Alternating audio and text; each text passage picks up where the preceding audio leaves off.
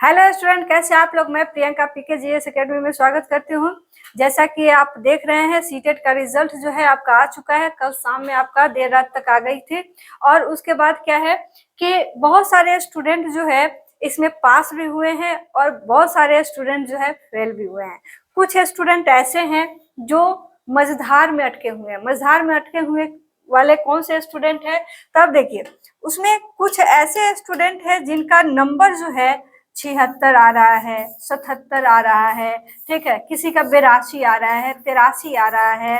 तो इन लोगों का सवाल है कि क्या हम बीपीएससी टायर 4 में फॉर्म भर पाएंगे, क्या हम सीटेट क्वालिफाई हो गए हैं कि फेल है, इसके बारे में थोड़ा हमें बताइए।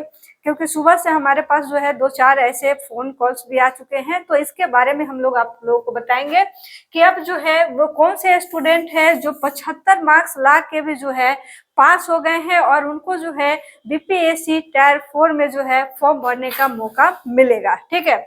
और आपका जो अगली सीटेट जो है कब आने वाली है, सीटेट इस बार क्वालिफाई किए हैं तो आगे आप क्या करेंगे, अब तो आपको क्या करना है, ये सभी चीजों के बारे में हम आपको इस वीडियो में बताएंगे। तो आप वीडियो के अंत तक बने रहें, क्योंकि ये आपके लिए बहुत बहुत ज्यादा यूजफुल है, आपके लिए इन्फॉर्मेशन, ठीक है। तो चलिए, जो भी स्टूडेंट हमारे चैनल पर नए हैं, चैनल को सब्सक्राइब कर लीजिए और ये जानकारी अपने दोस्त लोगों में भी जरूर शेयर करिएगा, ठीक है। चलिए अब बात करते हैं कि वे कौन से स्टूडेंट है जिनका 75 नंबर आया है तो वो पास हो जाएंगे, ठीक है। तो उसके लिए जैसे हम इस स्लाइड पे आते हैं।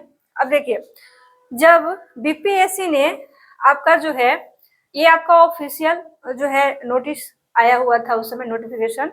तो उस समय जब 2023 में आपका बीपीएससी का जब फॉर्म आया था, ये आप देख रहे हैं, ठीक। तो उस टाइम में क्लियर ये किया गया था इसके माध्यम से, ठीक है। अब इसमें क्या क्लियर किया गया है तो देखिए, तो 2023 के आलोक में स्पष्ट किया जाता है कि सीटेट और अभ्यर्थियों के लिए और बीटीटी के लिए 2017 के लिए लागू प्रावधान अनुसार सामान्य कोटि के अभ्यर्थी को न्यूनतम 60% अंक और पिछड़ा वर्ग और अत्यंत पिछड़ा वर्ग एवं सामान्य कोटि की महिला, ठीक है, सामान्य कोटि की महिला उम्मीदवारों को 55% अंक और अनुसूचित जाति और अनुसूचित जनजाति तथा निःशक्त कोटि के उम्मीदवारों को न्यूनतम 50% अंक के आधार पर उत्तीर्ण माना जाएगा, ठीक है। तो ये जो चीजें हैं ये आपके बिहार के लिए है, ठीक है। कि जैसे आप देखते हैं कि आपका सीटेट में जो है आपका 150 का एग्जाम होता है, ठीक है। इसमें 60% नंबर लाते हैं तो क्वालिफाई होते हैं। 60% करने का मतलब है कि जो जनरल वाले हैं, ठीक, जनरल वाले चाहे वो बॉयज हो या गर्ल्स हो, अगर आप केवीएस वगैरह का फॉर्म डालना चाहते हैं, सेंट्रल गवर्नमेंट का ये है, ठीक है, सेंट्रल गवर्नमेंट कंडक्ट कराती है सीटेट। तो अगर आप 60% नंबर लाते हैं तो अगर 150 का आप 60% निकालेंगे, ठीक है, 60%, तो ये आपका हो जाएगा 15×6=90।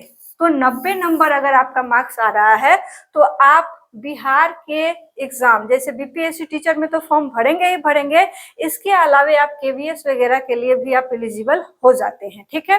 तो ये आपका जनरल कैटेगरी में 60%। अब इसमें बात की गई है जो ओबीसी है, ठीक है, ओबीसी हो गए या जो फीमेल है, ठीक है, तो इनको कितना लाना है। ओबीसी वे लोग जो फीमेल है, ठीक है, और ओबीसी फीमेल या जनरल, ऐसे तो फीमेल के लिए आप जनरल भी इसमें ले सकते हैं, ठीक है। तो ओबीसी फीमेल या जनरल फीमेल करने का मतलब कोई भी फीमेल है तो उनको जो है 55% अगर नंबर आता है, 55% करने का मतलब है कि अगर आप 150 का 55% निकालेंगे तो ये आपका हो जाएगा 82.5, ठीक है। तो कहने का मतलब इसमें 82 नंबर अगर आपका आता है, ठीक है, तो आप क्वालिफाई माने जाएंगे फॉर बिहार के आपका बीपीएससी टीचर के एग्जाम के लिए, ठीक है। और इसमें जो है जो एससी एसटी कैटेगरी के कैंडिडेट हैं उनको जो है अगर 50% नंबर आता है, 50% नंबर अगर 150 का आप 50% निकालेंगे, ठीक है, तो आपका कितना आ जाएगा 75, ठीक है।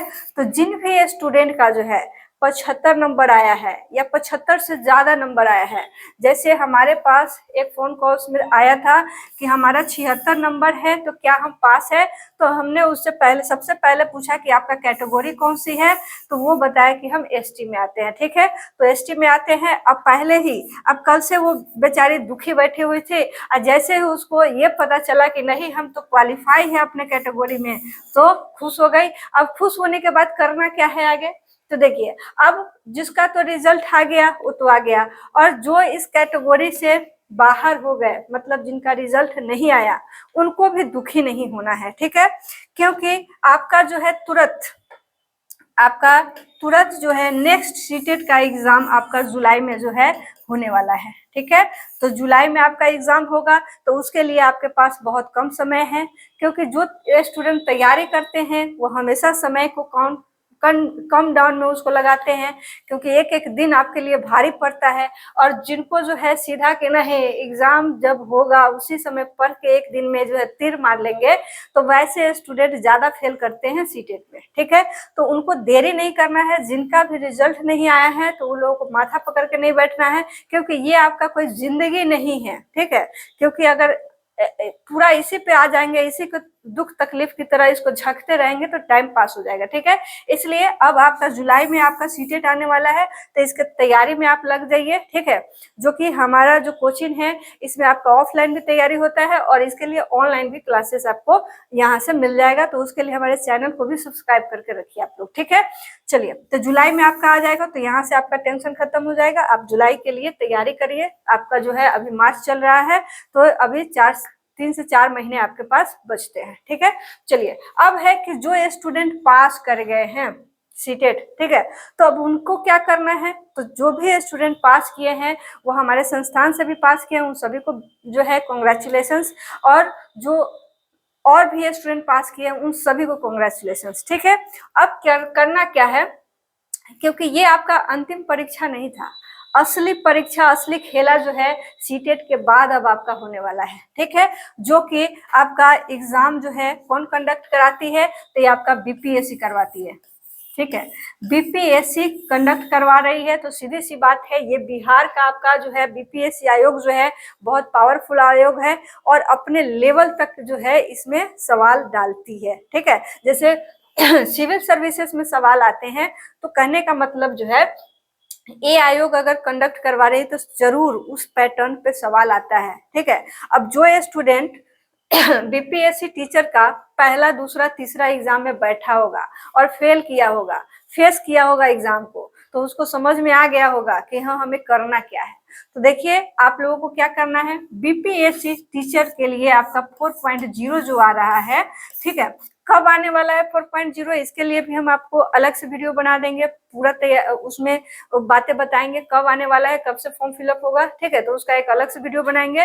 फिलहाल हम लोग ये बात करते हैं कि 4.0 के लिए आप लोगों को तैयारी कैसे करनी है। तो देखिए इसमें जो है जब ये आयोग एग्जाम कंडक्ट कराने वाली थी उस समय अतुल प्रसाद जो है बीपीएससी के चेयरमैन थे, और वो पूरा प्रेस कॉन्फ्रेंस में खुल के बोले कि भाई आप लोगों का जो सिलेबस का पैटर्न होगा फुली एनसीईआरटी बेस्ड होगा। ठीक है, तो फुली एनसीईआरटी बेस्ड होगा, तो कहने का मतलब जो है एनसीईआरटी बुक आप लोगों के लिए रामबाण है इसके लिए। ठीक है, अगर एनसीईआरटी बुक आप स्किप कर देते हैं टीचर की तैयारी में, तो आप जो है बहुत बड़ा रिस्क उठा रहे हैं।